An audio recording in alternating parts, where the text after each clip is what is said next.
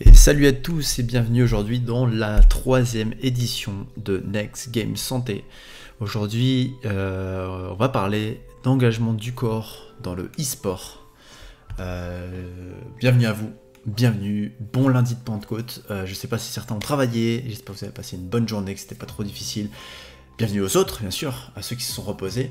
Aujourd'hui, on retrouve aussi, du coup, pour l'engagement du corps dans le e-sport, un raton chercheur, qui est également kiné, qui est un confrère avec qui je travaille pas mal sur le jeu vidéo, mais aussi on fait partie d'une association qu'on va vous présenter tout au long de cette émission. On fait partie justement de l'association Santé e-sport qui vise à montrer par des formations comment le kinésithérapeute peut se retrouver dans ce domaine. Raton, je suis chercheur aussi. Il est chercheur aussi, c'est vrai que monsieur Raton chercheur, de toute façon je vais le laisser se présenter juste après. Raton chercheur, donc aka Alex, est également chercheur. Il est en train de faire une thèse sur justement une expérience qui est vraiment géniale et que j'espère un jour peut-être, si jamais il veut présenter lors de cette émission cette thèse, je serai grandement enchanté. Salut à toi Alex. Salut à toi Alex. Il y a du délai. Oui, il y a du délai du coup avec le Twitch. Comment vas-tu? Ça va très bien, merci. Tu as de petits yeux. Oui, c'est bon, ok. Je te laisse te présenter du coup. Je t'ai un peu introduit, mais je te laisse te présenter toi-même tout seul. Mais si tu veux parler un peu de ta thèse également, ça peut intéresser grand monde. Ah, on m'entend très bas. T'entends très bas, je l'ai mis à 200%, je peux pas faire plus haut. On m'entend pas, mais non. Attends, je vais essayer de faire quelque chose. Je me rapproche du micro comme ça. Si je fais ça, Mais, ouais, peut-être que... est-ce que l'on entend mieux? Ouais, dites-moi tout. C'est bon normalement. Yes, ok. Alors oui, je m'appelle Alexandre, je suis effectivement kinésithérapeute et j'ai une deuxième casquette qui est celle d'étudiant, de doctorant en recherche et dans le domaine de la rééducation, des sciences de la rééducation. Ok. Pour faire très brièvement, il y a du délai. Pour faire très brièvement, en gros, dans le laboratoire où je travaille, dupe le cerveau. On a un dispositif qui fait vibrer les jambes et en fait qui fait croire au cerveau que les jambes font des mouvements de marche alors que la personne est debout, sur place, sans bouger. Et donc nous, on veut utiliser ça d'une part pour de la rééducation chez des gens qui ont perdu un peu, soit pour des problèmes neurologiques ou autres, l'usage de leurs jambes, qui sont plus capables de aussi bien marcher qu'avant. Mais on veut utiliser ça aussi d'une manière un petit peu plus ludique, c'est-à-dire qu'on voudrait synchroniser ça avec un casque de réalité virtuelle. Et comme ça vous permettrait en fait de sentir vos jambes bouger comme celles de l'avatar. Donc si vous faites courir l'avatar, vous sentirez courir comme la personne que vous êtes là dans votre monde virtuel. Exact. Est-ce qu'un jour tu voudrais le présenter dans cette émission, cette thèse? Si je sens qu'il y a de la hype et de l'intérêt, ça serait avec grand plaisir. Après, ça sera pas une présentation comme si on allait dans une conférence, mais vraiment juste que tu nous Oui, expliques un petit peu. un peu plus ludique, oui, carrément. Oui, ouais, non, je serais vachement chaud. Je pense qu'il y a du délai avec ta caméra, mais c'est pas grave, on va faire avec. Si vous l'entendez bien, on fera comme ça, c'est pas grave, hein. Tant qu'on t'entend bien et tant qu'on comprend ce que tu as envie de nous dire aujourd'hui, je pense que ça suffira largement.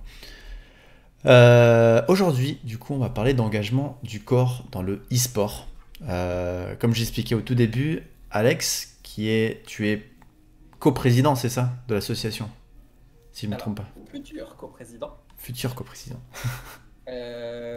Officiellement, ça sera tous les bénéficiaires d'en décider dans quelques jours.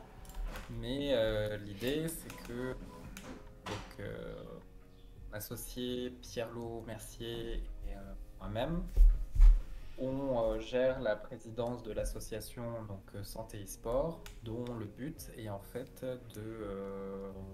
alors il y a trois piliers. Le premier est finalement d'intervenir et de prévenir sur les blessures que les joueurs très réguliers ou professionnels peuvent rencontrer Mhm. lors de leur pratique de jeux vidéo régulière et intensive. Un autre versant un petit peu plus recherche du coup, où l'idée ça va être de parcourir la littérature à propos de ces douleurs-là, de leurs mécanismes, mais aussi de produire du savoir, notamment là à travers des études épistémologiques. On va essayer de faire des premières statistiques sur quelles sont les blessures les plus récurrentes des joueurs, et notamment des joueurs de League of Legends. Et après, à partir de ces statistiques-là, on pourra produire d'autres connaissances derrière. Exact. On va commencer par expliquer un petit peu ce qu'est le e-sport pour les gens, parce que j'imagine tout le monde connaît un petit peu ce que c'est, mais on va essayer de définir un petit peu pour vraiment partir sur la base. Moi, je suis allé chercher une petite définition, on va prendre un petit peu ce que Internet nous dit. Le e-sport, c'est une abréviation de Electronic Sport, qui est un sport électronique et désigne du coup la pratique de jeux vidéo compétitifs. C'est un joueur qui affronte seul ou en équipe d'autres joueurs dans un événement qui aujourd'hui rassemble fans et joueurs sur des tournois amateurs ou professionnels. Tu me coupes si je dis faux. Voilà, ça va. J'avais appris aussi pendant la formation justement de santé e-sport que la toute première compétition de e-sport, elle n'a pas vu le jour dernièrement dans les dernières années, les 20 ou 30 dernières années, mais en 1980. Où justement, dans cette compétition e-sport, c'est Billy Mitchell, je ne sais pas si vous le connaissez, vous l'avez sûrement déjà vu, qui participe justement sur le jeu Donkey Kong, qui détient pendant plusieurs années, je crois qu'il le détient toujours en fait, son meilleur score, son score world record.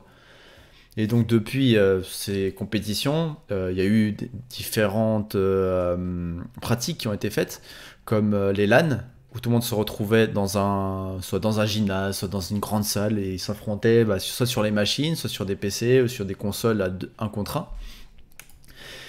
1. Aujourd'hui, le e-sport, il fait quand même partie, il a beaucoup grandi, il y a beaucoup d'argent qui a été investi dessus, il y a des équipes qui se sont formées, il y a quand même de grosses compétitions, du gros cash prize, et qui dit cash prize, du coup, il y a du gros tryhard.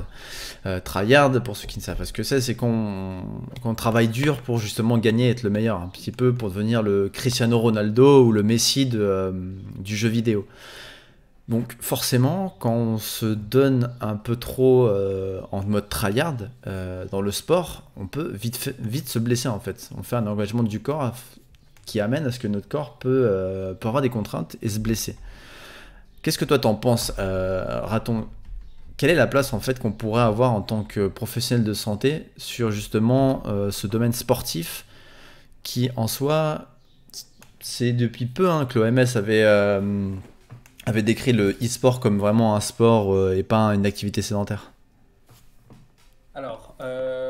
l'un des trucs aussi complémentaires qu'on pourrait ajouter sur cette définition et pourquoi alors le e-sport est un e-sport et peut-être pas forcément un sport à part entière, c'est que il y aura beaucoup de jeux vidéo sur lesquels, par exemple, même si on te dit quelle touche faire, quelle stratégie avoir, comment faire, etc.,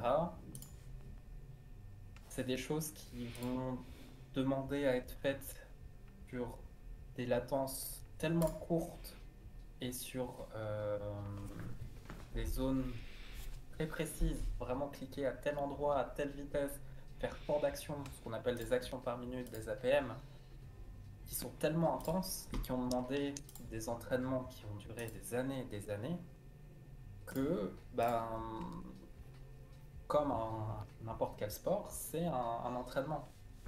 Et donc, c'est pas quelque chose auquel on peut s'improviser. On peut tous du jour au lendemain se mettre à un jeu de tir, à un jeu de course, mais on peut pas du jour au lendemain tutoyer les mêmes performances que font ces joueurs professionnels.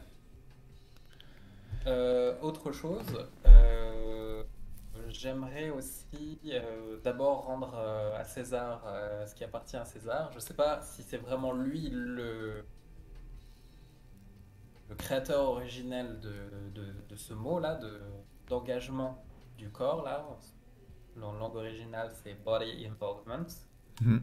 qui est surtout en fait discuté par Nicolas Beson. Mhm. Et donc, des sports, il y en a des dizaines et des dizaines de manières de faire, avec une raquette, avec une voile, avec des skis, des choses comme ça. Et ben, du e-sport, c'est pareil.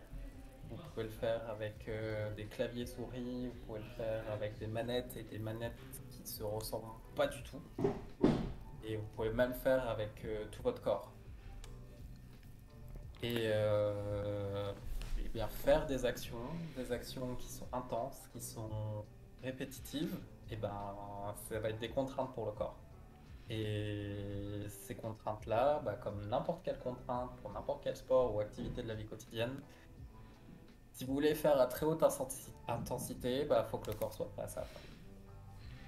Donc ouais, comme tu disais, c'est pas forcément un clavier souris parce qu'on va justement associer le e-sport avec un joueur de PC avec son clavier et sa souris. Ça peut être très bien être du jeu comme FIFA ou du Street Fighter avec la manette, ou alors des joysticks comme on retrouvait dans les salles d'arcade avec le joystick et 3 boutons.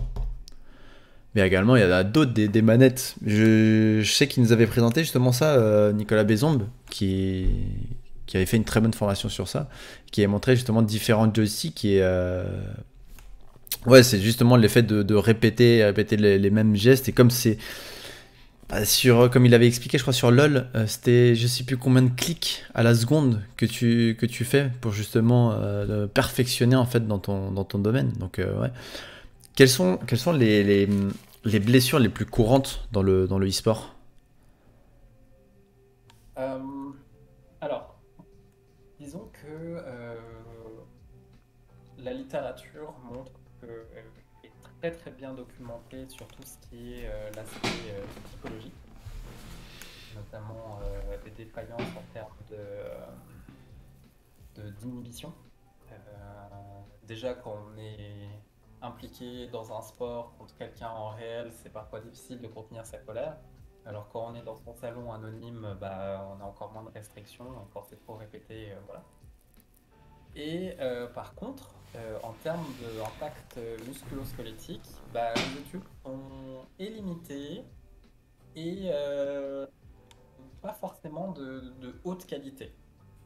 Cependant, il y a quand même une redondance dans les blessures qu'on retrouve le plus fréquemment. Donc ça va être plus tout ce qui va être lié bah, au niveau de la colonne vertébrale, essentiellement au niveau cervical, au niveau lombaire. On va retrouver aussi des syndromes au niveau des blessures au niveau de la main et au niveau du poignet, en fait, canal carpien. Ça va être vraiment les trois zones principales. On va en retrouver aussi au niveau de la face et notamment au niveau des yeux. Il y a aussi la tendinocivite de Carvin, je crois que t'as pas dit, qui est au niveau du Bah, pouce pour ceux oui, qui jouent sur poignet, oui, poignet. surtout ouais, ceux qui jouent soit avec des joysticks, soit avec la manette, forcément. Bah, comme tu disais, hein, les mecs qui tryhard et qui s'énervent forcément s'ils perdent ou qui sont en train de perdre et qui vraiment bon, on va prendre un exemple typique, hein. Moi j'ai un ami qui aurait pu se faire très mal parce qu'il rageait sur Counter Strike, hein. Et c'est pas uniquement de l'usure, c'est aussi de l'énervement.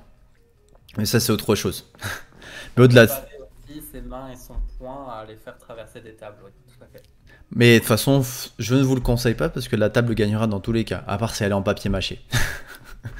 Mais au-delà de ça, il y a aussi de ce que nous expliquait, on avait eu justement l'intervention d'un athlète qui disait que comme il avait beaucoup de voyages dans un laps de temps vraiment très restreint, il y avait cet engagement aussi du fait de faire de longs voyages. Forcément, le corps, il ne se repose pas forcément et ça doit induire un petit peu sur les performances du joueur. C'est tous les athlètes qui font des gros voyages comme ça, ou c'est vraiment si l'athlète en lui-même choisit de faire genre à Las Vegas, après il va à Bangkok, après il va là ou là. Qu'est-ce qui est, qu'est-ce que toi t'en penses? Enfin, si t'as déjà côtoyé des athlètes justement par rapport à ça. Euh, alors du coup, la question c'est est-ce que le fait de faire des voyages réguliers peut impacter? Ouais. Est-ce que ça Bah, impacte justement sur la performance? Ça peut impacter aussi sur la blessure, sur la récupération. Si un joueur genre, il s'est blessé, genre, je sais pas moi, sur une compétition à Las Vegas, et que 2 jours après il est obligé de prendre l'avion pour se retrouver à Bangkok, est-ce c'est que pas ça... tant le voyage en lui-même qui va le blesser, c'est surtout pour des gros trajets. Un des facteurs et qui va être de plus en plus déterminant dans la santé et dont on va devoir de plus en plus rendre compte, c'est celui du sommeil. Le repos est un élément, qu'on le veuille ou non, essentiel à notre corps, à notre récupération. Et ne serait-ce que pour aussi bien les processus cognitifs et mentaux, là, comme ça se disait dans le chat, quand même quelque chose d'hyper important, bah, justement pour faire ce nombre d'actions par minute et pouvoir avoir la précision et le degré aussi de réflexion qu'on veut atteindre dans un jeu, et ça de manière optimale, bah, il n'y a pas de secret, faut, entre autres, faut du repos. Et pour un bon processus lorsqu'il y a une blessure, qu'elle soit physique ou mentale, et ben c'est pareil. Un des meilleurs soins en premier lieu, c'est le repos.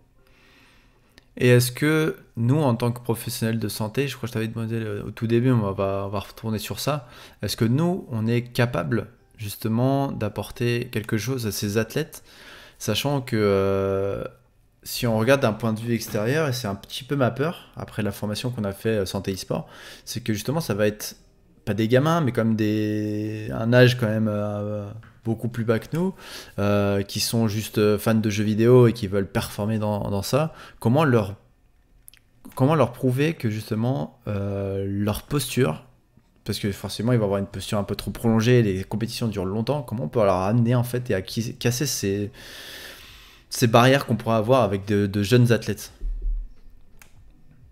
Bah, je pense que c'est une problématique qu'on va retrouver au final avec 100% de la population, soit jeune, moins jeune. Si on retrouve finalement quelqu'un qui bosse régulièrement dans un bureau, secrétariat, les enjeux vont être exactement les mêmes. Et à mon avis, quelles sont les solutions qu'on pourra trouver ensemble avec ces patients-là? C'est finalement d'essayer de jouer sur quel est le meilleur intérêt. Est-ce que le plus grand intérêt est de rester tel quel et continuer de voir sa santé se dégrader? Ou est-ce que le meilleur intérêt est d'arriver à faire des petits compromis, quitte à travailler, être sur l'ordi un petit peu moins longtemps, mais que ça va être des processus qui vont être finalement gagnants à peut-être moyen ou long terme, Mhm. autant sur le corps que sur l'esprit. pense que déjà, à partir du moment où on met ce genre de perspective chez les gens, peut-être que ça peut commencer à mettre une petite graine. Ok. Alors oui, quand c'est des jeunes joueurs, on s'est tous sentis absolument invincibles à nos 16 ans, Mhm. et heureusement, quelque part, c'est bon signe. Mais vers quelqu'un qui va commencer à rager parce qu'il voit ses performances décliner, vers un joueur qui va devoir gesticuler un peu plus ou faire des gestes plus comme il voulait parce que ça l'entraîne sur des zones douloureuses, bah là cette invincibilité disparaît et c'est déjà mauvais signe et sans devoir non plus inquiéter la personne, c'est par contre une fenêtre d'ouverture pour dire bon, bah, va falloir faire quelque chose à propos de ça parce que ça ira pas dans le bon sens si on continue comme ça. Et donc, comment on peut travailler ensemble? Quels intérêts maximum tu aurais, toi? Ok. Et toi, t'as déjà traité un athlète ou une personne qui jouait beaucoup aux jeux vidéo et qui en est arrivé à avoir une blessure? Euh, alors, professionnel, non. Très régulier, oui. C'était un cuisinier qui s'était arrêté à cause du Covid et donc qui a transféré toute son énergie sur la PS4, sur Call of Duty, et qui s'est fait un début bah, de carrière là justement. Il y a Panda qui pose une question. Je vais juste récupérer le feature chat. Comme ça, je vais pouvoir le récupérer et vous le mettre sur l'écran. Tac, tac, tac. Dashboard. Et j'envoie ça, monsieur Panda. C'est une très bonne question que justement, c'est un des sujets que je voulais discuter avec Alex. Hop, je vous l'envoie sur l'écran. Normalement, ça va apparaître. Non, ça apparaît pas. Attends. Ça apparaît pas? Hihi. Non, il est pas apparu. Je vais juste tac. Hop, on fait tac. My settings. Je vais copier. On va le mettre ici. Tac. Ok. Et je repars dans le dashboard. Désolé.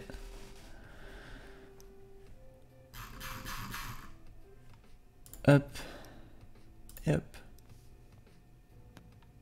Non, tu veux pas apparaître? Bon, Panda disait, question qui peut être intéressante, l'adaptation ergonomique du poste de gaming, console comme PC, est aussi important que bouger, ou bouger reste la meilleure solution pour limiter les problèmes liés aux postures maintenues, douleurs, etc., etc.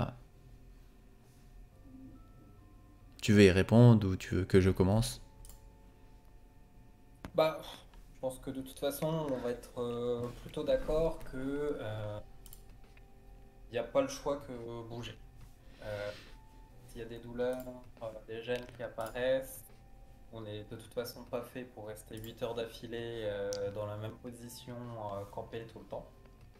Donc, bouger restera toujours une solution. Bouger à sa manière, bouger le temps qu'il faut, bouger, etc. Tout le matériel plus ou moins ergonomique qu'on propose, c'est juste une solution de confort pour être capable de rester plus longtemps avant que ça devienne embêtant. Après, moi par rapport aux chaises ergonomiques et tout, je suis d'accord que si tu achètes une chaise qui vaut plus de 1000 €, t'attends pas à qu'elle soit magique et que t'attends pas à avoir plus mal. Je suis d'accord avec toi sur le fait que dans tous les cas, faut bouger parce que c'est ça qui va te limiter les douleurs parce que c'est le fait de rester trop fixe dans ta position, dans ta posture qui fait que tu peux avoir mal. Maintenant, si je compare avec ma maman, je prends toujours cet exemple hein, parce qu'elle, elle a un bureau qui est trop petit pour elle. Elle est trop petit, la chaise elle est vraiment inconfortable et dès qu'elle télétravaille, le lendemain elle a mal aux épaules. Mais dès qu'elle va travailler au bureau, vu qu'elle a un poste, tu vois, un bon bureau, une bonne chaise, ses douleurs elles partent. Après, moi je lui dis aussi, ouais, mais quand tu es à la maison et que tu télétravailles, tu restes 6 heures sur ta chaise et même tu déjeunes sur ta chaise. Alors qu'au travail, tu te lèves quand même pour aller voir ton collègue ou alors faire ta pause café, etc. Donc ça peut induire à ça. Mais je pense que le confort est quand même important pour que justement tu te sentes bien et que tu sois pas. Forcément, c'était une chaise un peu pourrie. Bah, j'avais une chaise un peu pourrie ici au cabinet et je me maintenais comme ça. Et j'étais jamais genre dans une bonne posture et ça me faisait vraiment soit mal au cul et soit mal au dos. Donc je pense qu'il y a quand même une importance sur le truc du confort. Mais je te rejoins sur le fait qu'il faut toujours bouger, qu'il faut jamais rester trop fixe beaucoup trop longtemps sur notre chaise. Oui, ça je suis d'accord. C'est un moyen de repousser en fait la douleur, de repousser le temps, enfin, d'allonger le temps avant que la douleur arrive. Mais c'est effectivement pas la solution ultime pour qu'il n'y en ait plus. Juste pour revenir sur ta maman aussi, je pense que elle a pas, dis-moi si je me trompe, si elle a pas, avant le Covid, elle télétravaillait pas. Elle télétravaillait pas, non, avant le Covid. Ça veut dire que pendant des années et des années, son corps a été entraîné à maintenir cette position dans ce niveau ergonomique, etc. Mhm. Et que là, le télétravail l'a amené à rester de longues heures sur une nouvelle position. Ouais, totalement. Donc, Il y a, et il y a aussi ce truc moi, je trouve que le télétravail, il y a des bons côtés et des mauvais côtés. Mais je mets plus des mauvais côtés que de bons côtés. C'est-à-dire que ce que j'expliquais à ma maman aussi, c'est que pour aller au travail, elle faisait peut-être 1 heure de transport, mais ce qui la faisait marcher du coup de la maison jusqu'au métro, après du métro jusqu'au travail, et ça reste quand même une activité physique pour quelqu'un qui ne fait rien du tout. Si tu enlèves ça, tu enlèves quand même une grosse partie d'activité physique, tu restes toute la journée à la maison, ce qui fait que la personne, bah, du coup, elle ne bouge pas pendant la journée, et c'est ça qui amène de la douleur. Tout peut s'expliquer en fait. Et moi je trouve que le télétravail, sur ce point-là, si la personne ne fait pas justement d'exercice physique à côté, les douleurs peuvent arriver très rapidement. oui, oui, non, bien sûr. Et effectivement, comme tu disais, hein, il y a cet aspect un peu pervers où quand on est à la maison, bah, de toute façon, à part aller se faire un café ou quoi, bah, il n'y a que ça à faire. Alors que quand on est au bureau, bah, on aille voir le collègue. On discute Et un petit peu. Alors, Panda demande, est-ce qu'aujourd'hui le monde du jeu vidéo et donc de l'e-sport arrive à se faire une place dans le domaine de la réhabilitation en termes de prise en charge intervention kiné? Deuxième question, est-ce que même sans formation on arriverait à avoir une réhabilitation convenable et efficace? Je vais répondre à la première. Et après, du coup, je pense qu'Alex il va me compléter un petit peu ma réponse. C'est que quand j'ai fait la formation santé e-sport, on nous a beaucoup dit qu'il y a beaucoup d'ostéos qui justement prenaient en charge la réhabilitation dans le e-sport. Alex m'a justement informé que dernièrement, bah, ils sont tous un peu désertés parce que leur prise en charge n'était peut-être pas forcément pertinente par rapport aux blessures qu'ils pouvaient avoir. Maintenant, est-ce que aujourd'hui le domaine de la réhabilitation arrive à se faire une place dans le e-sport? Ça, c'est plus Alex qui va y répondre parce que moi, je suis vraiment pas, j'ai pas encore touché pour pouvoir le dire en fait.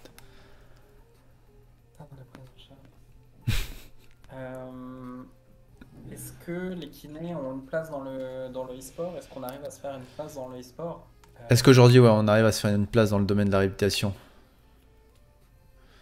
Enfin, dans le e-sport, ouais. La niche de la niche. Faut que les deux mondes continuent à s'apprivoiser et à se connaître, on va dire. Chaque expérience qui ont été faites dans les interventions, dans les tournois, des choses comme ça, se passe très très bien. Et ceux qui ont déjà eu l'expérience sont demandeurs à nouveau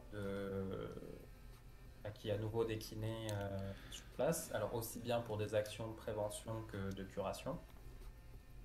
De toute façon, c'est quelque chose qui est souvent gagnant-gagnant, parce que d'une part, ça permet aux organisateurs de tournois de cocher la carte, on prend ça de nos joueurs, sachant que maintenant, en plus, les conditions de joueurs e-sport sont de plus en plus décriées.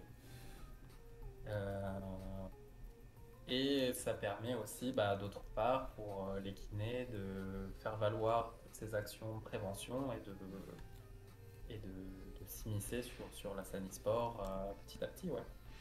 Et donc, à part au cabinet, le kiné peut très bien aller intervenir sur les compétitions ou même sur les entraînements des joueurs.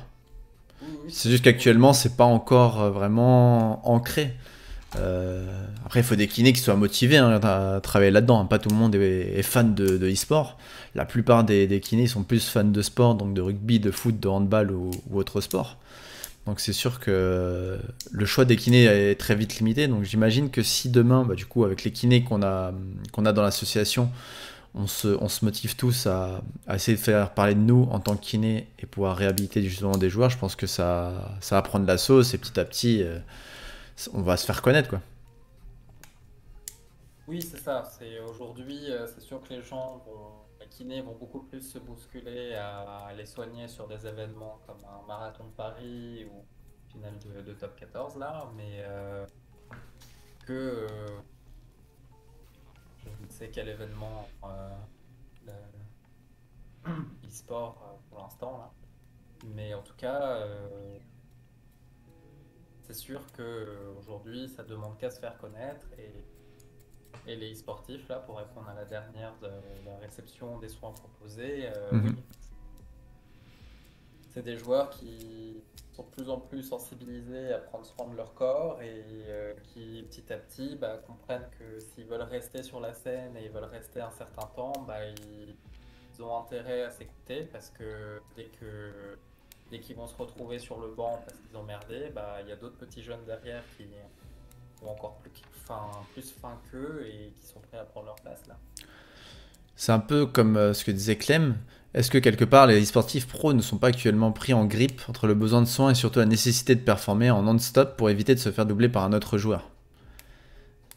C'est sur ce point que je pense que les joueurs, on pourrait vraiment les sensibiliser sur l'importance de leur santé. C'est-à-dire que si demain, bah, ils ont des douleurs au pouce, ils pourront plus vraiment jouer tant la douleur sera intense et ils seront doublés par un autre joueur et il sera plus remplaçant que... Après, c'est comme une équipe de foot, par exemple. Hein. Si un joueur se blesse, forcément, celui qui est remplaçant va le remplacer et s'il performe, bah, il va passer titulaire.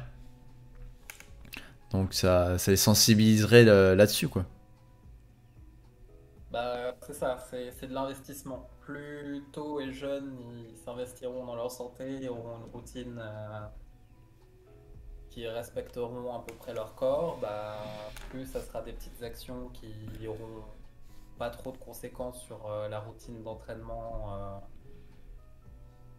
intérieur, extérieur, là, jeux vidéo et hors jeux vidéo, et donc du coup, bah, ça va les faire performer sur le long terme, ou le choix d'y aller tryhard à fond encore et encore, et jusqu'à ce qu'ils doivent faire justement un choix drastique d'arrêter une semaine ou deux pour améliorer leur santé, au risque d'avoir quelqu'un qui prend sa place, quoi. Et toi qui connais bien les réseaux sociaux, et moi-même, est-ce que les réseaux sociaux sont un bon moyen de toucher les joueurs au niveau de la possible réhabilitation qu'on peut faire en tant que kiné? Alors, je dirais oui, mais pas forcément tous les réseaux sociaux. J'ai pas, ou je m'en rends pas très compte, mais je vois pas Instagram ou à peine TikTok qui serait un moyen d'approcher des joueurs et de leur proposer ça. Hmm.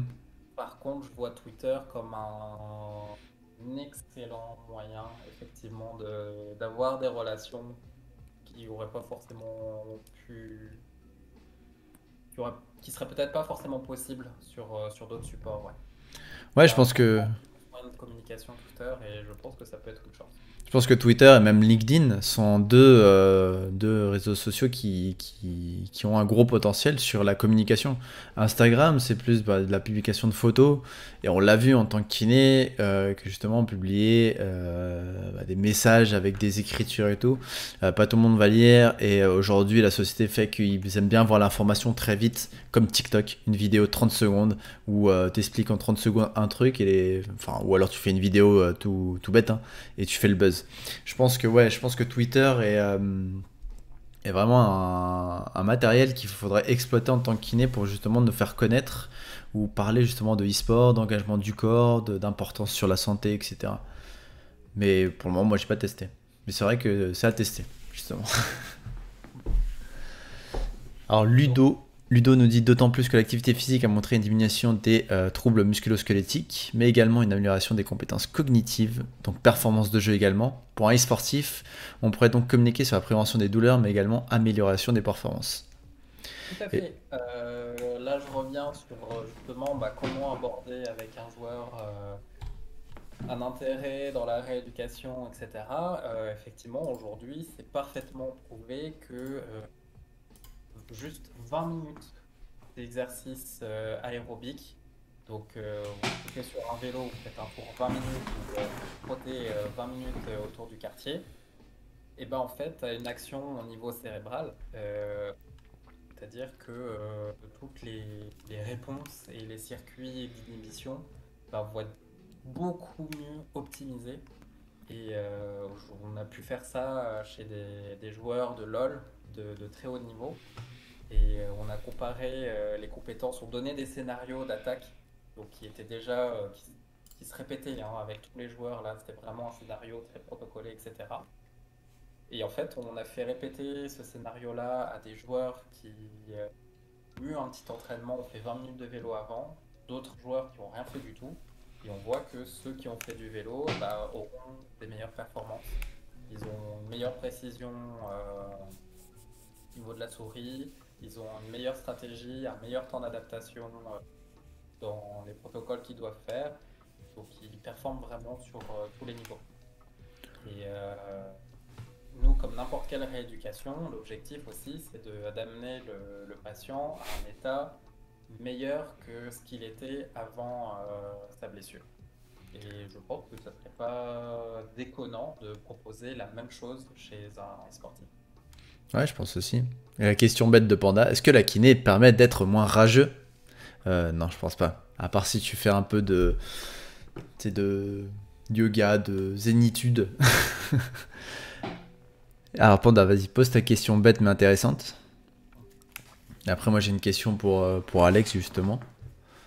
Je pense que c'était ça, si c'était pas. La question bête mais intéressante. Ah, c'était ça, sa question bête mais intéressante? Bah non, du coup. À part si justement tu travailles un petit peu sur le psychologique, mais nous on fait de la rééducation Peut-être sur la le... psychomotricité permettrait de jouer là-dessus. Même moins rageux, je pense que ouais, c'est plus dans la... Sur des émotions. Sur les émotions, ouais. Et la question que je voulais te poser, c'est qu'est-ce que toi tu penses dans le e-sport, dans les structures de e-sport, ou même dans les compétitions qu'on peut avoir, qu'est-ce que tu pourrais changer que tu trouves qui apporte justement à ce que le joueur soit ne bouge pas assez ou alors va se blesser rapidement? Qu'est-ce que tu changerais en fait si tu avais le choix de changer quelque chose dans le e-sport? Question dure. Dans la compétition même, il n'y a rien à changer. Enfin, c'est un moment de spectacle. Donc, on va pas leur faire des tours de vélo autour du stade. Par contre, ce qu'on pourrait changer, c'est que au lieu que ça soit sponsor par Red Bull ou Monster ou je sais pas quoi, qu'on retrouve peut-être Decathlon ou l'équivalent marque de sport. Ok. Alors je vais te demander de répéter mais un peu plus fort parce que ça a coupé. Je disais qu'au lieu que ça soit des marques de boissons énergisantes, de trucs comme ça qui sponsorisent à fond, peut-être que si on trouvait des sponsors type Decathlon ou équivalent américain et d'autres pays, ça pourrait déjà donner un peu une autre vue, une autre manière d'appréhender, d'apercevoir ce e-sport.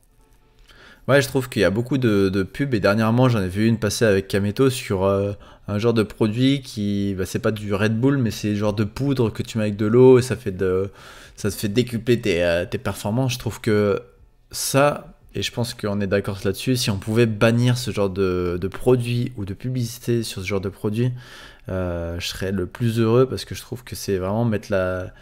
Tu connais pas la composition et c'est forcément dangereux pour la santé, hein. Non, non, si t'en consommes trop. Je pense qu'il y a une chose qui est sûre, c'est que ça te fait un pic glycémique de malade mental. Donc, tu vas peut-être être très éveillé pour les 20-30 prochaines minutes et après, en fait, ton cerveau, il est complètement déglingué parce que le pic redescend et la carence va venir et en fait, bah, ton cerveau, il est complètement déglingué. Donc à moins de maintenir ça et pendant 7 heures, en fait, c'est juste mettre ton système glycémique en bazar total pendant plusieurs heures, quoi. Donc oui, c'est dangereux. C'est vraiment dangereux. Ça que je trouve dingue en fait, c'est que dans le sport classique, donc football, rugby, etc., on revient là-dessus, on voit pas ce genre de produit utilisé par les athlètes parce que c'est du sport et on le sait hein, que c'est pas bon pour leur santé et que ça, forcément ça va pas les aider.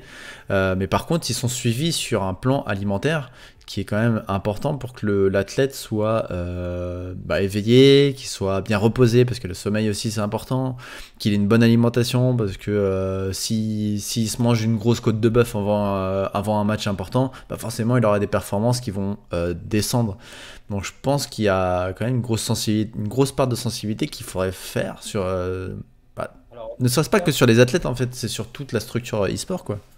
ouais, en termes de nutrition, les choses avancent un peu Ok. dans la mesure où on sait aujourd'hui à peu près bah, quels apports macro et micro nutritionnels peuvent aider au niveau des fonctions exécutives et fonctions cognitives. Mhm. Et ça, c'est très bien référencé dans la littérature en général et pour le e-sportif. Et on commence à voir aussi des débuts d'associations.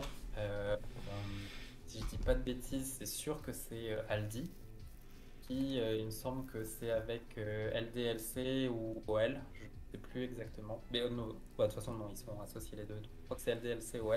Mhm. Où ils ont fait un partenariat ensemble pour aider ces joueurs e-sportifs à avoir une nutrition suffisamment équilibrée pour leur performance. Ok. Panda, pardon. Est-ce que le kiné intervient durant les compétitions ou seulement hors compétition? Bah, l'idée, c'est d'intervenir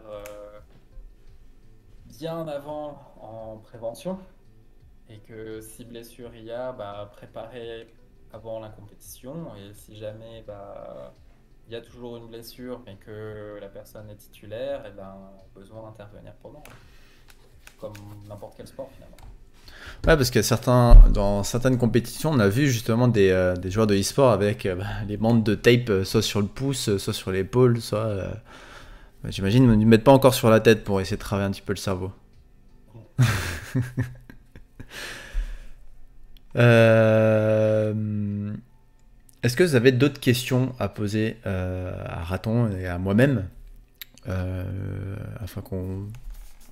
Moi, j'ai un peu vidé les questions que j'avais à te poser. J'essaie de réfléchir si j'ai pas deux ou trois autres à te. Alors, Monsieur Panda, qui est très fort sur les questions, est-ce que les joueurs e-sport adhèrent à l'activité sportive? Généralement, les joueurs de jeux vidéo sont peu sportifs ou idée reçue. Je pense que c'est une idée reçue en vrai, parce Idée reçue. que ça dépend pas du fait qu'ils jouent aux jeux vidéo, qui sont pas sportifs en soi. Et justement, pendant la formation de santé e-sport, ils nous avaient expliqué que, je crois que c'était J2J, un truc dans le genre. C'était quoi l'équipe qui nous avait montré? Ils nous avaient montré justement la Gaming House. Et ils nous expliquaient que dans leur planning, ils avaient de l'activité physique qu'ils imposaient justement aux joueurs, genre du basket et tout, pour que justement, ils travaillent, ils fassent de l'activité physique hors de la maison et dehors de l'entraînement e-sportif. Et de deux, justement, de pouvoir euh, participer à une activité physique, mais en équipe. C'était ça, non, Raton? Bah, je sais plus exactement, je t'avoue que j'ai oublié cette partie-là, mais bah, d'une part, effectivement, ne serait-ce que pour créer une cohésion de groupe, bah, le sport est un excellent médiateur là-dessus. Mhm. Euh, et aussi d'autres manières que hors du jeu vidéo de créer des liens et vraiment se rendre compte que bah, d'une manière ou d'une autre, ça va être toujours le travail d'équipe qui va faire avancer tout le monde et plus loin. Euh, Sinon, quand on fait comprendre aux joueurs aujourd'hui que les intérêts de l'activité sportive, que ce soit dans la prévention, dans l'amélioration des performances, c'est que petit à petit, on voit que les plus grands joueurs aujourd'hui, c'est de moins en moins des tout petits grains de galets secs ou au contraire des gens qui ont un IMC assez intense, mais que ça ressemble de plus en plus à des joueurs qui ont un physique quand même relativement sportif. Mhm. C'est aussi en train de faire changer, ça participe à faire changer la mobilité et la mobilité, pardon, la mentalité. La mentalité. Et justement à questionner les gens sur oui, peut-être que ça a un réel intérêt et que ça m'aidera à être bon à faire du sport. Mais au plus, au-delà de la participation en équipe dans les activités sportives pour justement l'amener dans la pratique du e-sport, il y a aussi tout ce travail en fait réactionnel, c'est-à-dire que si jamais tu es dans un match de basket et que tu vois l'intervalle, il faut réagir tout de suite. Et on peut le comparer avec un CSGO où tu vois une tête passer, boum, tu tires. C'est le temps de réaction, quoi. Donc c'est par là qu'il faut pouvoir sensibiliser justement les sportifs qui ne pratiquent pas d'activité physique de pourquoi c'est important d'en pratiquer une. Ludo, pour reprendre ton message là, c'est ça, c'est effectivement l'intérêt, ça va être de retourner ce que eux voient comme un désavantage, comme en fait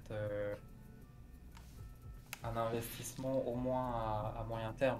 Oui, tu n'es pas en train de t'entraîner, mais par contre, ton cerveau, là, tu le mets à 110% et pas avec du sucre, et tu le mets à 110% dans de bonnes raisons et à plus long terme. Et il y a un petit peu du temps peut-être perdu, faussement perdu, et en fait, il va être regagné parce que les blessures apparaîtront pas ou tard et vont être gagnées parce qu'il y aura de meilleures performances cognitives derrière. Mm. Il y a Le Galbop qui disait que la Team Energy sont de très gros sportifs et des grands champions dans le e-sport. Donc je pense qu'il y a... C'est pas... Quand on prend un athlète de e-sport, on va pas imaginer le mec qui est en obésité et qui ne bouge pas du tout, qui fait que jouer aux jeux vidéo, qui mange des chips et du McDo devant son écran. Je pense qu'ils font quand même attention à leur alimentation parce que au-delà du fait que le e-sport est vu comme une activité sédentaire, il y a quand même cette sensibilité sur l'alimentation qui est importante, qu'on soit e-sportif ou genre lambda en fait. Et quand on voit aujourd'hui, sur tous les grands campus, on a pu voir chez Gamers Origins ou Polari, etc. Maintenant, ce sont des endroits qui ont des salles de sport. Et le truc qu'il faudrait qu'ils retirent Gamers Origins, c'est les packs de Red Bull, mais forcément ils sont en partenariat avec, donc ils sont obligés de les mettre. Et du coup, si t'es obligé de les mettre, les gens ils consomment. J'en ai été le tenir 3 jours sans Red Bull, c'était dur. Tani qui dit à l'inverse, est-ce qu'un ancien sportif qui a été blessé, qui ne peut plus reprendre à haut niveau, serait poussé dans le e-sport pour retrouver un peu ses sensations de challenge? Oui, quelque part oui. Peut-être pas en tant que e-sportif même, mais par exemple c'est quelque chose qu'on voit de plus en plus dans la Formule 1. Je pense par exemple à la Jean Alesi Sport Academy, où il va recruter, il s'est limite transformé en chasseur de tête là chez des joueurs et qui va les entraîner, qui va profiter de cette expérience parce que maintenant il y a de plus en plus de jeux qui sont arcades mais qui sont aussi vraiment dans la simulation et qui se rapprochent de la réalité et qui est en train de monter en fait une écurie électronique là-dessus. Donc il y a de plus en plus de reconversions là-dessus et on voit beaucoup d'anciens joueurs qui montent des clubs sportifs. Puis il y a beaucoup de joueurs, je vais prendre par exemple les joueurs de football qui eux-mêmes font du streaming, pas forcément du e-sport, mais qui vont faire du streaming et jouer par exemple à FIFA. Je sais qu'il y a Neymar et Piqué qui en font quand même pas mal sur leur temps de loisirs. Donc ils seront poussés vers là-dedans. Après ça va vraiment dépendre du joueur, si vraiment il se voit aller jouer aux jeux vidéo Ou au contraire, s'il est blessé, bah, se reconvertir en entraîneur ou alors en kiné. Ça se voit aussi des anciens sportifs qui deviennent kinés. Il y a Clem qui dit: il me semble que certains pourraient s'entraîner dans la vie réelle, dans le sens où si certains se spécialisent dans les jeux de tir, ils peuvent très bien s'entraîner dans la vie réelle en faisant par exemple un paintball. Ça aussi, oui. Ça aussi, je pense que pour un joueur de Counter-Strike, s'il fait du paintball, du airsoft, c'est justement une activité physique qui pourrait l'aider à travailler ce qu'il joue dans le e-sport en faisant justement cette activité physique et en bougeant. Ça, c'est des activités qui pourraient être proposées justement aux équipes. Je reprends le mot de Panda.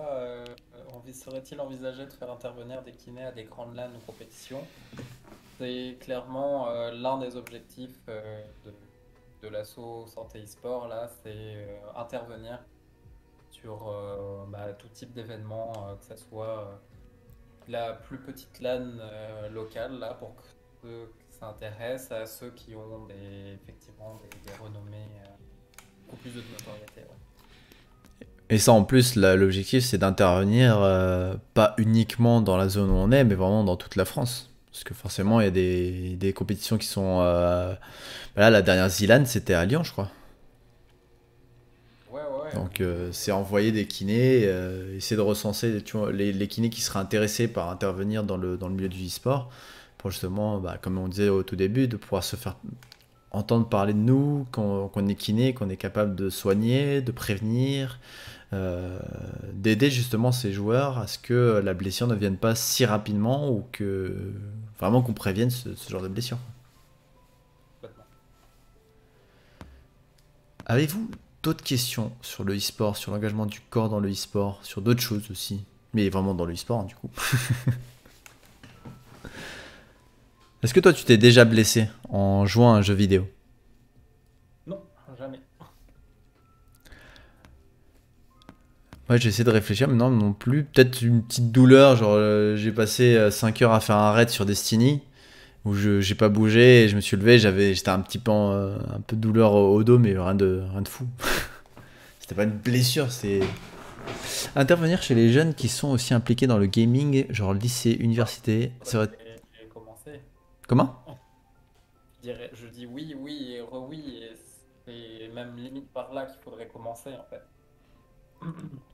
Ouais, il faut les prendre à la racine un petit peu, quand ils commencent à comprendre que le jeu vidéo peut devenir un truc qui peut être une carrière en soi. Parce que forcément, les grands e-sportifs qui sont dans les grandes équipes, forcément, c'est leur travail. C'est leur gagne-pain. Alors j'ai la caméra de Raton qui a... Vraiment leur faire comprendre que ça va être eux de faire un choix et de trouver un mode de vie qui se rapprocherait de quelque chose de sain et pouvoir faire la compétition, la carrière la plus longue potentielle possible ou d'accuser quelque chose, quoi. Enfin, d'accuser de potentielle pathologie derrière. J'ai ta caméra qui a disparu.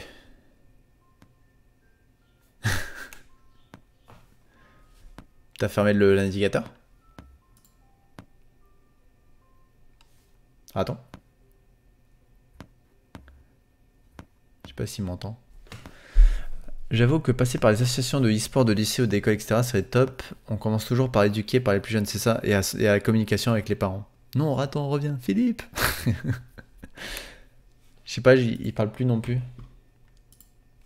Désolé, ça a sauté. Ah. Il y a un poum poum. Ah mais ça c'est son micro je crois qui fait poum poum.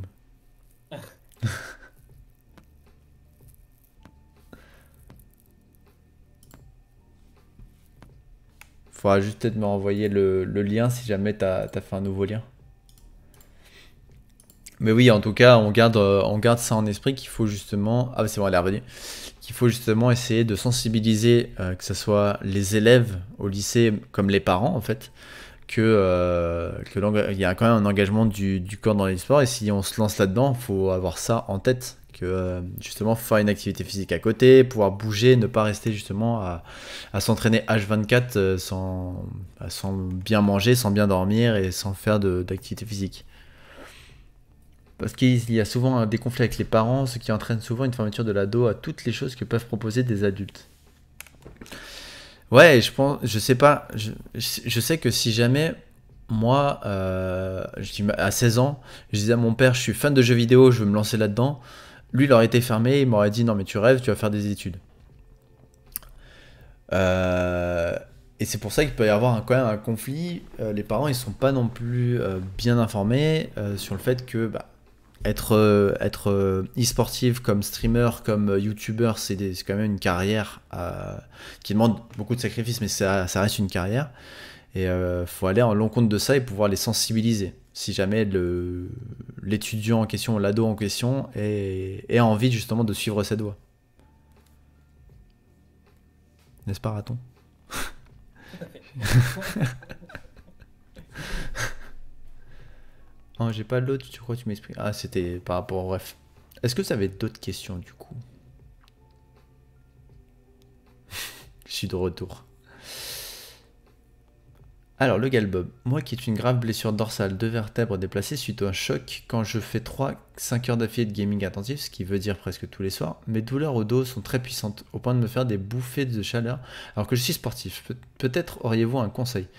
Alors moi, le premier conseil que je pourrais te donner, c'est d'investir dans un bureau qui se lève. Moi, je dis ça à la maison. Et quand je passe justement des raids de 5 heures, au bout d'un moment, maintenant, quand j'ai vraiment envie de continuer à jouer, mais d'essayer de me dégourdir un petit peu, j'appuie sur un bouton, le bureau il se lève et je joue, je stream debout. C'est vraiment une solution que moi je propose à tout le monde. Et j'essaie de sensibiliser un peu tous mes amis qui aimeraient justement obtenir. C'est pas si cher que ça. Et je pense qu'au niveau de la santé, c'est quand même important en fait de pouvoir investir sur des trucs qui peuvent nous faire du bien et pouvoir bouger. Alors Roro, la rêve de mon bureau, c'est FlexiSpot. Ça s'appelle FlexiSpot, où justement tu achètes les pieds, tu achètes le truc électrique du coup pour pouvoir le faire monter et descendre électriquement. Et après tu peux avoir en option le plan de travail un petit peu. Mais ça, c'est pas obligé, tu peux le prendre justement soit à Castorama, soit à Leroy Merlin ou d'autres trucs. Hors VR, quels sont aujourd'hui les outils numériques qui nous permettent de réhabiliter les patients? Il y en a plein. Moi, je dirais la clinique classique. Hein. Dans le e-sport, ça reste quand même des êtres humains. Il y a des petits budgets, il y a la Wii. S'il y a des grands budgets, il y a la Switch. Il y a des papiers qui sont encore en train de sortir avec. Comment ça s'appelle là, le truc de la Xbox La Kinect. La Kinect. Exactement. Après, ça, c'est des moyens ludiques, en fait, de faire du sport de manière ludique avec des jeux vidéo. Maintenant, il y a plein... Pour se remettre à marcher, il y a Pokémon Go. Exactement, c'est vrai. Ne serait-ce que faire une balade d'1 heure pour aller choper des Pokémon, c'est une activité physique. Hein. C'est ça. C'est ça. Donc aujourd'hui, on a la chance, même sans avoir du matériel de VR, à partir du moment où on a un téléphone portable, de d'avoir des manières ludiques, vidéoludiques, pour s'aider dans la rééducation. Alors là, se dit que les jeux sur Kinect sont éclatés, ça n'a jamais été vraiment exploité. Moi, je l'ai jamais testé pour le coup, la Kinect. J'ai beaucoup testé la Wii comme la Switch. Là, j'ai testé, je crois que c'est 3 jeux sur la Switch pour justement faire du sport. Et il y a plein de moyens de pouvoir le faire. Et quand t'es... En fait, un e-sportif, ça reste un être humain à part entière. Hein. Moi, quand j'ai des patients qui viennent et qui télétravaillent toute la journée, la première chose que je leur dis, c'est au lieu de mettre un verre d'eau une bouteille d'eau sur votre bureau, prenez un verre d'eau. Comme ça, dès que vous avez soif, vous allez le remplir, ça vous fait bouger. Mais faut pas justement faut pas mettre de côté cette activité physique où quand tu travailles et que tu vas au bureau et que tu marches, ça reste une activité physique que quelqu'un... Enfin, par rapport à quelqu'un qui... Je vais reprendre ma phrase. Pour quelqu'un qui avait l'habitude de justement aller au bureau et du coup de marcher, d'aller jusqu'au métro, etc. Si tu lui enlèves ça et tu le mets au télétravail, justement, ça lui enlève cette activité physique entre guillemets qui pour nous paraîtrait genre que dalle, hein, marcher jusqu'au métro c'est rien. Mais justement, il va rester, il va vraiment s'installer dans une vie beaucoup plus sédentaire que si justement il allait au travail en marchant. Le Galbob qui d'ailleurs Rollkin, je te remercie de m'avoir été conseillé. Le chiropractor. Le chiropractor. C'est en anglais ça? Le chiropracteur, ouais. Ça. Mais de toute façon, oui, pour revenir à la Kinect, oui, c'est des jeux éclatés. Et après, c'est pour, faut te dire ça, mais pour des gens éclatés. En tout cas, les études sont faites là-dessus pour des trucs où ça va être plus un travail un peu de mobilité, de gestion du centre de gravité ou même des mouvements assez simples de lever de bras ou quoi. C'est largement suffisant. Après, pour quelqu'un où c'est une blessure un peu plus modeste, oui, c'est peut-être pas forcément le plus intéressant. Bah, c'est pour ça que pour des e-sportifs, comme disait Panda, avec la VR, ou même du coup la Switch ou la Wii, dans les grosses gaming house, ce qui serait bien, c'est qu'ils aient une genre de salle de jeu commune, où tu mets justement une Wii, une Switch, de la VR, pour que justement, bah, soit tout seul, ou soit bah, accompagné de ses collègues, ils jouent en fait. Ils continuent de jouer, mais du coup ils vont bouger. Genre sur le Switch Sport qui vient de sortir dernièrement, faire des parties de bah, soit de volleyball, soit de badminton, ça les fait bouger et je pense que ça peut bah, amener cette activité physique qu'on aimerait qu'ils aient quoi. Ouais, alors après, s'ils peuvent faire une vraie activité physique Oui, avec un aussi. badminton, Ça aussi, je suis d'accord. Je suis totalement d'accord. Juste que c'est un moyen ludique et jeu vidéal, on va dire, qu'ils vont aimer quoi. si ça peut mettre un doigt dans l'engrenage pour ensuite les faire faire du vrai sport, ouais, j'aurais pas de problème avec ça. Genre pour le coup, moi des fois, quand j'ai un patient qui ne vient pas pendant 30 minutes, je me lance un pistol whip. Et pendant 30 minutes, bah, pistol whip, en fait, c'est un genre de couloir. Donc toi, t'es immobile, hein, tu marches pas, mais le couloir, ça déroule. T'as des ennemis qui arrivent, il faut tirer. Et si les mecs qui te tirent dessus, il faut les esquiver. Tu fais 2 minutes 30, 3 minutes dessus, tu commences à sentir que tu bouges. Et on avait déjà expliqué justement sur la première édition avec Matt Chanel que justement la VR peut apporter cette activité physique pour soit des streamers, soit des joueurs de e-sportifs. Ça, c'est une petite pique pour Alex. Est-ce que l'escalade dans les sports, meilleur sport, ou il n'existe pas de sport mieux qu'un autre? Il n'existe pas de sport meilleur que l'escalade. Bah, le handball, quand même. Le handball, c'est un super sport. J'ai entendu parler de cette théorie. Rigole pas de ton truc. Est-ce que tu as un sujet que tu aimerais parler autour du e-sport, du coup, et de ce que tu aimerais, en fait, communiquer via l'association? Bah, je pense que vraiment le plus gros des messages que j'aimerais faire passer des graines de e-sportif jusqu'au plus confirmé, là, de ce qu'on vient de dire, c'est vraiment votre hygiène de vie, qu'elle soit physique, donc se renforcer, avoir une activité cardio, même régulière, parce qu'on a pu avoir des études où on voyait que le débit cardiaque il augmente considérablement, que le cœur il pompe à fond, mais que c'est pas lié à une dépense physique, c'est le stress, etc. Mais ça met quand même le cœur à rude épreuve. Donc, ne serait-ce que faire de la cardio pour ça, ne serait-ce que se muscler aussi bien les jambes que les bras, les mains, les poignets, pour voir que le corps gère toutes ces contraintes. C'est ultra important et aussi avoir une gestion psychique, émotionnelle. Le sport est reconnu pour les vertus, toutes ces vertus-là, justement, de gérer au niveau mental là-dessus. Et associé à ça, bah, faire comprendre les gens que bah, ça demande un bon sommeil, comme on avait parlé, une bonne alimentation, contrôle moteur, pas que, oui, on s'entend, généralise très vite. Attention et concentration, évidemment. Et bref, c'est tous les cocktails qui sont autour de l'entraînement, mais qui vont transformer un tryhard en quelque chose de vraiment bien structurel et construit et qui vont faire la différence dans la carrière d'un joueur. Totalement. Totalement, je te rejoins sur tous les points sur ça. L'activité physique, c'est pas forcément le fait de bouger pour le corps, mais c'est également pour le mental, pour la concentration, pour travailler la réactivité. Il y a plein de choses en fait. Et si on arrive à faire passer ce message, je pense que justement on peut améliorer les performances d'un joueur, comme justement améliorer sa santé mentale, psychique, physique. Ouais. Et l'autre truc, c'est que c'est normal qu'il y ait des blessures. Là, n'importe quel sport provoque des blessures, ça fait partie du jeu. Et maintenant aussi, ça va être à nous, côté chercheur, côté soignant, de pouvoir dépister quels sont les plus fréquents, en fonction de quel jeu, en fonction de quels sont les autres paramètres autour, et que on puisse raisonner le plus rapidement possible et délivrer, outre l'aspect préventif, l'aspect curatif, délivrer les meilleurs soins le plus rapidement possible et les soins les plus pertinents, évidemment. Totalement.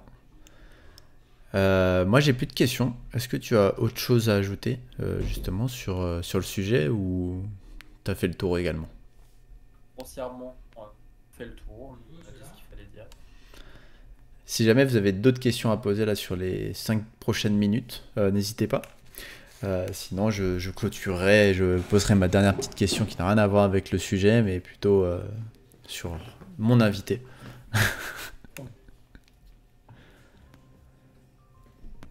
Naha. Non. Pas mal, du coup. N'est pas mal. Donc ma dernière question, et je fais toujours ça, c'est un petit peu la tradition que je veux créer autour de cette émission. Si jamais tu devais choisir un seul jeu, un jeu où que tu l'as fait, tu l'as adoré, et du coup on te fait ça et tu l'oublies complètement et tu vas le redécouvrir. Une nouvelle fois. Ce serait lequel? Direct, Assassin's Creed 2. Le 2? Ah ouais. Sans hésiter. Ah oui, mais vraiment, l'histoire, les twists, c'est à fond dedans. Donc, ouais. Et tous les rageux là qui vont dire non, mais un autre jeu là, je veux même pas savoir, je m'en fiche. Donc, Ah bah non, c'est ton jeu, hein, c'est toi qui aimerais le redécouvrir. Et... non, Assassin's Creed 2, direct. Ok. Bah si vous n'avez pas d'autres questions, je pense que je vais pouvoir te libérer, Raton, et pouvoir aller boire un coup avec Monsieur Panda. Très bien. Exactement. Que Bon, du coup je félicite en direct pour son début d'activité. Voilà. Si jamais il y a des kinés qui nous suivent et qui aimeraient justement en savoir plus sur l'association, n'hésitez pas à... Attends, je vais chercher ton Twitter. Comme ça, je vais le mettre et vous pouvez le suivre et lui parler. Parce que justement, il sera coprésident de l'association bientôt de santé e-sport. Allez, où on le lien? Il est là, et là, tac. Donc n'hésitez pas à lui poser des questions, à me poser également des questions sur le sujet. Moi je suis membre également et justement on a une assemblée bientôt et j'aimerais voir un petit peu ce que ça va devenir. Je pense que moi j'aime bien diversifier mon activité de kiné et santé e-sport, et dans le e-sport ça en fait partie sur l'année 2022-2023. Donc n'hésitez pas à le contacter et à me contacter également. Monsieur Raton Chercheur, Alexandre, je te remercie d'avoir répondu présent.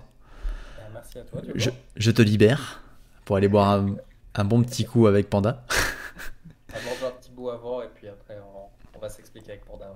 Ça marche. Passe une bonne soirée. Toi aussi. Ciao. Merci, ciao ciao. Et donc du coup je vais clôturer cette émission qui était du coup sur l'engagement du corps dans le e-sport. Si jamais vous arrivez sur la fin, que vous n'avez rien vu, ou alors vous avez perdu une partie, n'hésitez pas à aller voir sur les réseaux sociaux. Je mettrai justement la rediff, je pense demain ou mercredi, je mettrai la rediff. N'hésitez pas à rejoindre le Discord également, c'est là où je mets toutes les informations. Le prochain invité, je ne l'ai pas encore, parce que j'ai pas encore fixé de date, parce que j'ai du coup le fin juin, j'ai un road trip où je vais justement faire un road trip en vélo, mais ça sera entre soit le 20 juin, soit le 4 juillet. Je vous préviendrai justement sur les réseaux sociaux, donc n'hésitez pas à rejoindre les réseaux sociaux, ou alors sur le Discord. Je vous remercie du coup, Panda, Alcior, Clem, Tani et tous les autres que je ne vous oublie pas pour avoir posé vos questions. Ça permet justement à ce qu'il y ait justement du contenu à vous proposer et à pouvoir répondre aux questions. Donc je vous dis à la prochaine, passez une excellente soirée et à demain pour de nouvelles aventures. Ciao ciao.